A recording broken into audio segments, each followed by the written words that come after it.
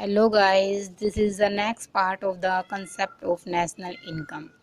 देखो हम वहाँ तक पढ़ चुके थे, डोमेस्टिक प्रोडक्ट तक पढ़ चुके थे। अब हमने दो बातें पढ़ी थी, एक ग्रोस और एक डोमेस्टिक, ग्रोस और नेट। तो ग्रोस के अंदर तो हमने क्या ऐड करा था, डेप्रिसिएशन ऐड करते थे ऑलवेज, और नेट के अंदर हम डेप्रिसिएशन लेस करते थे। ठीक है, अब आता है हमारा net national product at market price, यानी कि NNPMP। ये कैसे निकलेगा, जो market value of final goods and services की वो, उसके अंदर क्या ऐड करेंगे हम, net factor income fraud from abroad, यानी कि नेशनल है तो ये ऐड होएगा NFIFA, और लेस क्या होएगा, डेप्रिसिएशन, क्योंकि नेट के अंदर तो डेप्रिसिएशन ऑलवेज लेस होता था ना, तो क्या निकल के आ जाएगा, NNPMP। ओके, अब देखो, और मैंने डिटेल में ये दिया हुआ है, आप स्टडी कर सकते हो।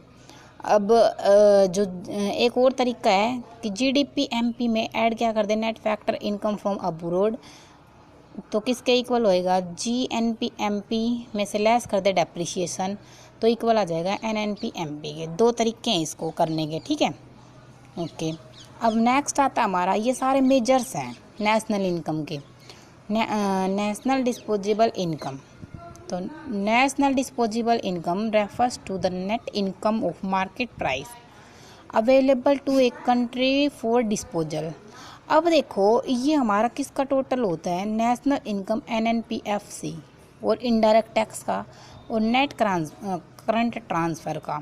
तो देखो, जो डिस्पोजेबल इनकम है ना, वो इक्वल होएगी किसके, जो हम निकाल चुके हैं नेशनल इनकम के, उसमें क्या ऐड करें, नेट इनडायरेक्ट टैक्स, और बच गया क्या, net current transfer from the rest of the world. ये जो रेस्ट ऑफ द वर्ल्ड है, जो हमने करंट ट्रांसफ़र करे, वो ऐड कर दो तो आपकी डिस्पोजेबल इनकम आ जाएगी। Okay, next is private income. देखो, अब ये इनकम ही प्राइवेट हो गई, तो इसमें गवर्नमेंट का तो कोई रोल ही नहीं होता है सबसे पहले। तो इसमें सारी इनकम कौन सी इंक्लूड होएगी, प्राइवेट सेक्टर की। obtained from any source productive or otherwise and the retained income of the corporations। मतलब जो भी प्राइवेट सेक्टर से अर्न करी गई है इनकम, वही होती है हमारी प्राइवेट इनकम। तो देखो, इसका भी फॉर्मूला है निकालने का।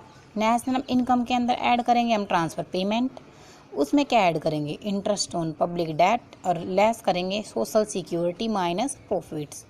यानी कि देखो, जो ये हैं सोशल सिक्योरिटी और प्रॉफिट, ये दोनों लेस होते हैं। ठीक है, तो हमारी प्राइवेट इनकम निकल के आएगी। अब आता है, एक प्राइवेट इनकम होती है और एक होता है पर्सनल इनकम। तो पर्सनल इनकम क्या होगी, देखो पढ़ते हैं।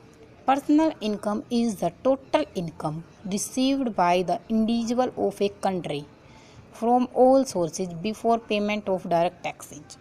देखो, जितने भी सोर्स हैं उनसे जो इनकम अर्न करी गई है कंट्री के अंदर किसी भी इंडिविजुअल के द्वारा, किसकी पेमेंट करने से पहले पहले, डायरेक्ट टैक्सेज की पेमेंट करने से पहले पहले, वो सारी इनकम होती है हमारी personal income.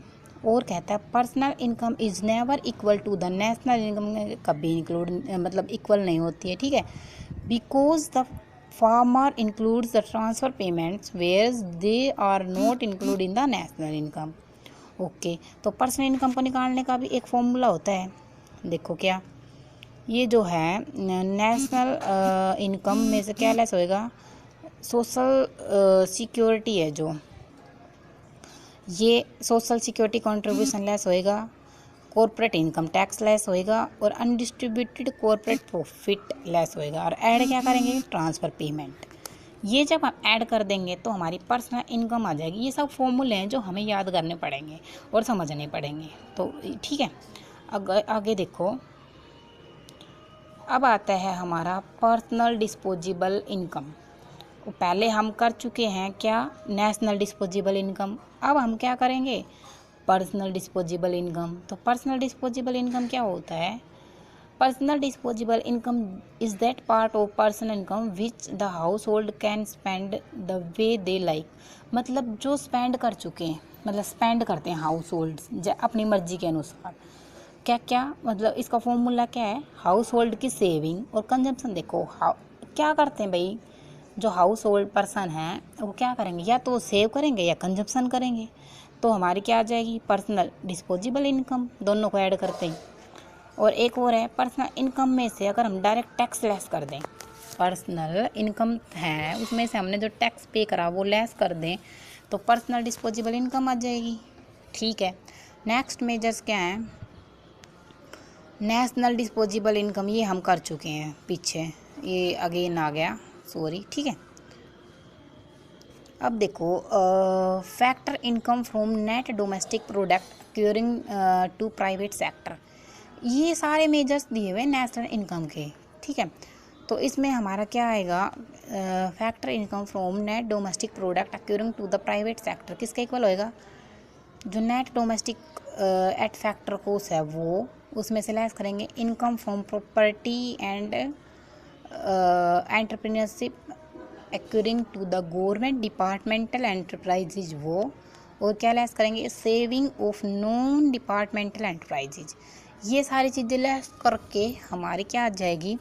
Factor income from net domestic product accruing to private sector. Okay, तो ये सारे तो हमारे मेजर्स थे किसके? नेशनल इनकम के, जो हमने पीछे हम 2 वीडियो से कंटिन्यू पढ़ते आ रहे हैं।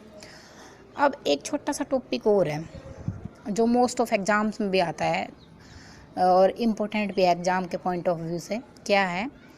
जो जीडीपी डिफ्लेटर है, ये क्या होता है? अब हमारा देखो, अब जो डिफ्लेटर का मीनिंग क्या करता है? डिफ्लेटर क्या होता है, क्या रिप्रेजेंट करता है? Rate of inflation, represent the rate of inflation. क्या होता है? डिफ्लेटर होता है हमारा। एक तो इसका फॉर्मूला है क्या? Nominal GDP divide by real GDP multiply 100, तो निकल आएगा क्या? GDP deflator.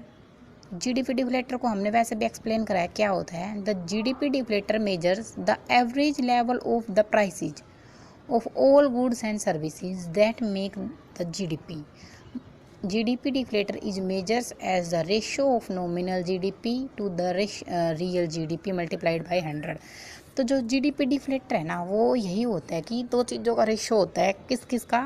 एक तो नॉमिनल GDP का, एक रियल GDP का। इनको अगर मल्टीप्लाई कर दें हम 100 से तो हमारा निकलाएगा क्या?